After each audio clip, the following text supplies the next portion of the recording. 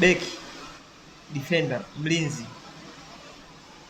na chamba mpira. Nisikilize, na uchamba mpira. Ukiona cross inapigwa kwenye boksi lako, cha kwanza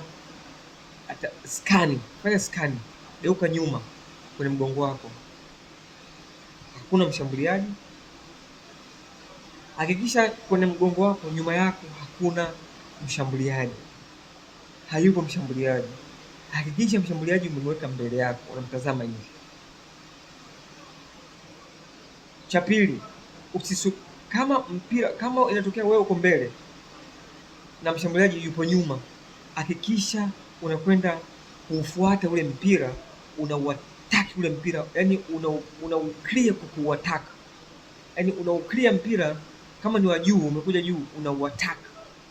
Usisubiri kuclear mpaka uanguke kwenye eneo lako. Hapana.